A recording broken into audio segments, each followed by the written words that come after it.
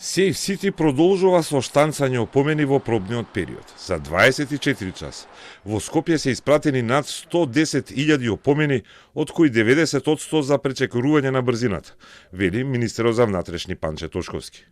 Но според реакциите на јавноста и споделените фотографии, многу од опомените се за 51, 52 или 54 км на час, во зоните каде максимум е дозволено 50 км на час. А статистика за брзините, за опомените, се уште нема во јавната дебата. Да ги отвориме сите прашања кои што се од интерес за јавноста, ама реално со факти и со бројки, а не на памет и не од експерти кои што биле експратеници и при тоа коментираат дали некој возил 51 и 52, дали сторил кривично дело или прекршок и така натаму и така натаму.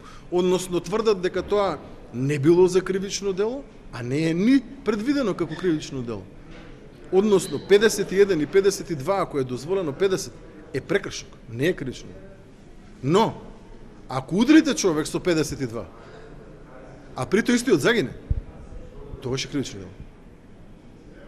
Најодговорно тврдам, не постои сообраќајна незгода со смртни последици, која што е настаната како последица на почитување на сообраќајни правила.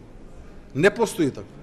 На прашање на Телма дали и тој денеска од службите на МВР беше возен под 50 км на час, Тошковски вели дека брзината на движењето на ВИП функционерите од безбедносни причини ја определуваат надлежните служби. Но вети дека ќе има казни за сите кои возат пребрзо, па дури и за министри кои сами се возат. Посочи дека знала за најмалку тројца возачи на министри или министри кои биле казнеци, но не ги кажа по име. Вториот пропуст во првиот ден на животот на возачите со Safe City е испраќање на опомени на телефони, кои не се во сопственост на оние на кои им е констатиран прекршокот, односно дека лични податоци се испраќаат на други луѓе.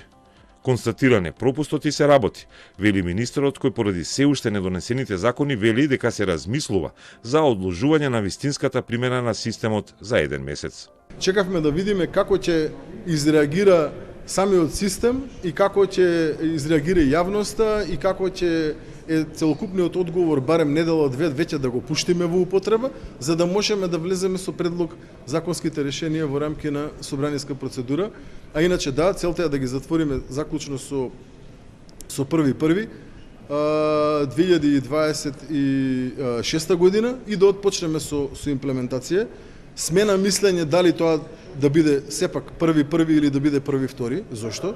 Заради тоа што не сакаме да наметнеме решение кое што нема да биде, да речам, подготвено за имплементација. Иако има многу поплаки, скопските возачи денеска забележливо беше дека возат пополека и посмирено, под 50.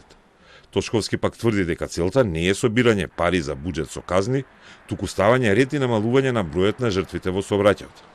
Лани имало 142 загинати, а сите имаат роднини и блиски, вели тој.